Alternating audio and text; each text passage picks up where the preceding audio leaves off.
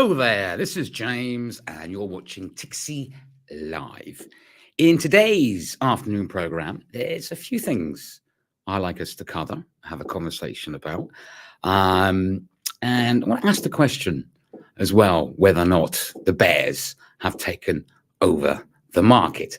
But before we get into that, don't forget, these little videos are for educational purposes only, and in no way whatsoever should ever be treated as financial advice. I always suggest you do your own research, do your own due diligence, there I said it, and of course, know the risks at hand before entering any trade. With that out of the way, let's get started.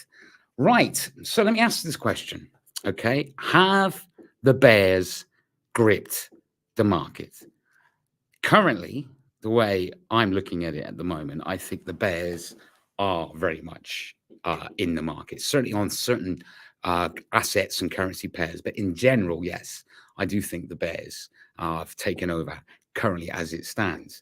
I mean, just to go on to the story we were talking about earlier on this morning in the European session, the pound, as we discussed, we had some very negative UK employment data earlier on, with unemployment rising to 3.8. Initial claims coming in worse, at only minus, say, 20,000 jobs or 19,400 jobs, if you want to be, to the point. A lot less than expected at minus 46,000. Yeah, the UK is indeed, or the British pound is indeed feeling a lot of stress, and it's trading at the lowest level since March 2020.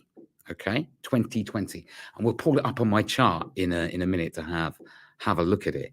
But yeah, that's the lowest level since then, since the height of obviously lockdown and the pandemic, etc. So, but there is some reasons for that, which we'll discuss in a minute, why the sterling is currently under a lot of pressure. But let's pull up the chart and have a quick look at it. Yeah, currently as it stands, remember at the beginning of the session when I spoke about it this morning, okay, it was trading around that level I've been talking about. I was watching 121.75.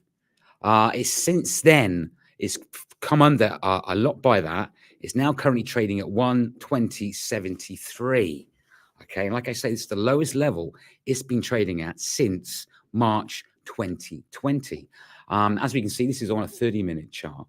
Okay, obviously, yeah, it's touching it's finding a teeny weeny bit of buying from the bottom of the Bollinger Band around the level where it's at the moment. But like I say, the RSI is up still above 30. So if we go by the RSI, it still says there's signs for it to further drop. It's not oversold as of yet. But the lowest level it was, just so you know, I'm not saying that it's going to go to this level. I'm not saying this at all. And like I say, I'll do a proper analysis on this pair. I mean, maybe probably tomorrow before the Fed decision. But apparently the lowest level it was back in, like I say, March 2020. It traded at 1.1647. So, yeah, it's the lowest level since it hit that level back in March 2020. So, yeah, sterling's under a lot of stress, a lot of strain. And it's the same with the euro sterling as well. Let's have a quick look at that, actually. Pull that up. Give me a second. Here we go. Yeah, so euro sterling is currently trading 0.86521. So yeah, so the euro's got strength against the sterling.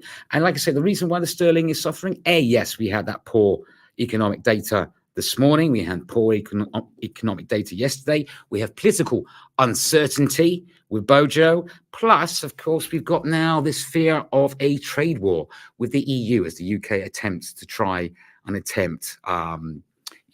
changing the Brexit deal, which the EU is going to say, no, get lost. The deal's a deal. We signed it, and that was the agreement. There's no going back on it now. So yeah, that's the issue. That's where it lies. The other reason why, of course, is that the reason why the sterling is struggling in particular against the US dollar, excuse me, a quick swig of water, is that we'll talk a bit more about this in a bit, is interest rates. Okay, how high can the Bank of England go? The general consensus is the highest they could probably go to without really putting the economy under strain, which is under strain at the moment, is 0.25 basis points. Okay, whereas the Fed could do a lot more than that. And we'll talk a bit more about that in a minute. So this is also the reason why the sterling is under a lot of pressure as it currently stands. Something else, like I say, again, asking the question, do we have a bear market? Yes, we do currently have a bear market, or bears dominating the market. Let's have a look at the S&P 500. Okay, because the S&P 500, since hitting its record high in January, is now down by more than 21%. And it came under a lot of pressure on Friday, and you know the reason why, because you were there with me. We watched it. But if we show this where the S&P is at the moment as well, okay, yeah, currently trading now at 3,771 points. 3,771 points. Okay, so it is under a lot of strain. Don't forget, if we have a look where it was before what happened on Friday, and we'll talk about that again in a minute, it was trading above the 4,000 level.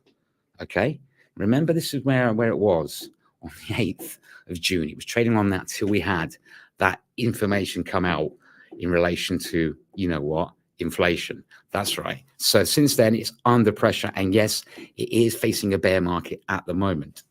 Now, what else? Let's have a look at what else. Oh, yes.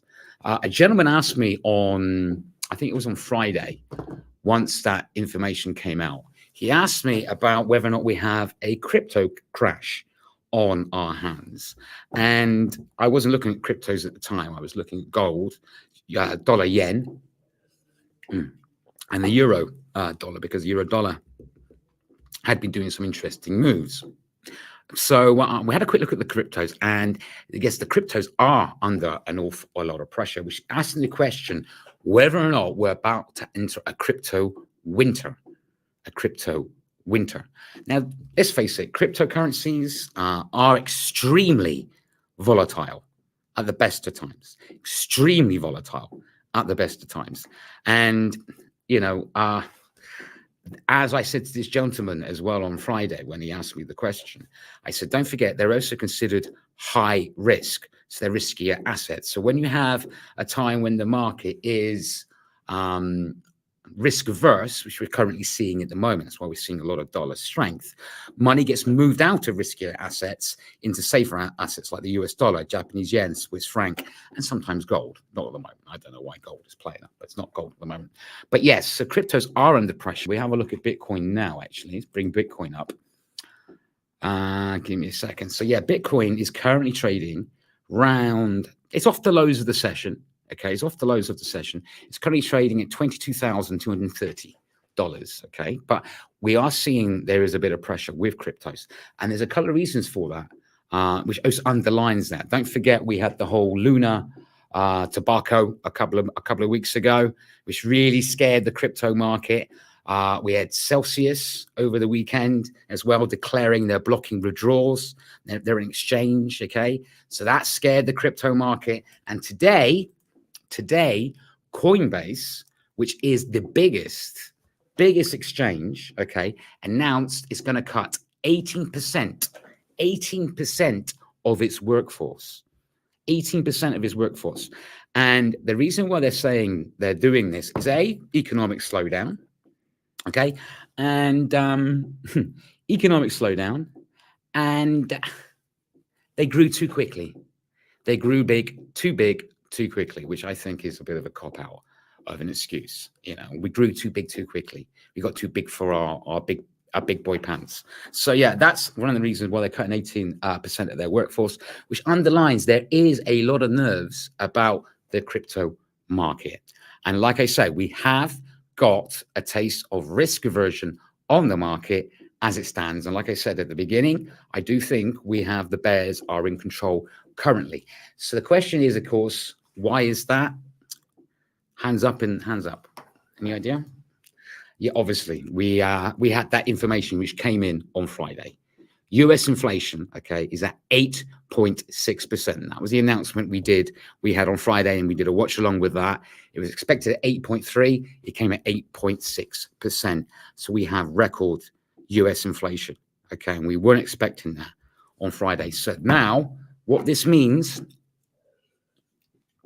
is the market It's basically got scared, and they believe the US Fed, which is interest rate decision tomorrow, which is potentially huge, can increase interest rates by 75 basis points. Initially, the market was pricing in 50 basis points. But now, because of that inflation on Friday, the market is placing in 75 basis points. Those of you who were kind enough to join me this morning, I went over a survey of different analysts, what the banks think. Don't forget, CNBC, Bloomberg, 75 basis points. Goldman Sachs, 75 basis points. Deutsche Bank, 75 basis points. Barclays, 75 basis points. The general consensus has gone from 50 basis points to now 75. And in fact, there is there's like a Fed Watch tool which measures the sort of the Fed interaction by the CME group, and they say, according to this tool, 99.8% chance of the Fed raising interest rates tomorrow by 75 basis points. Okay, if they were to do that, if the Fed was indeed to pull the trigger and raise it by 75 basis points, that's the first time they've done a hike of that size since 1994.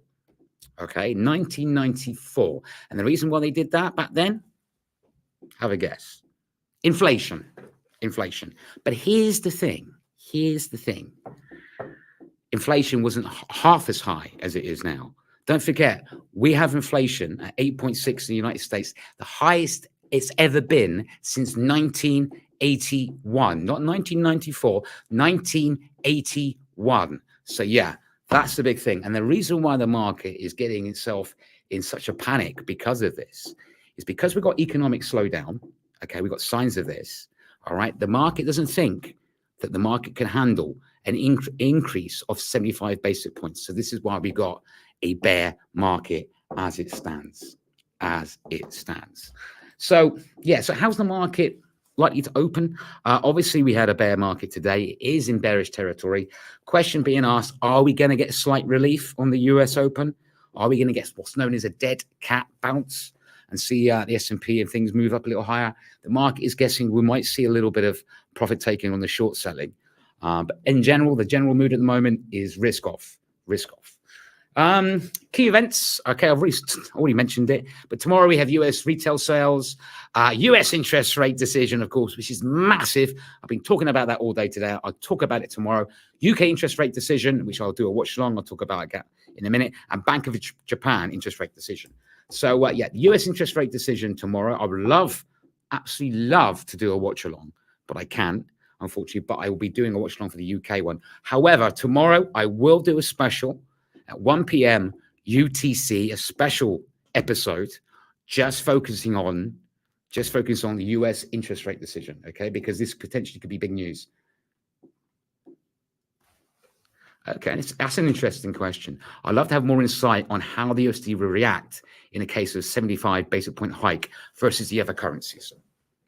Okay, well, there's two potential scenarios I can potentially see with this, okay? First of all,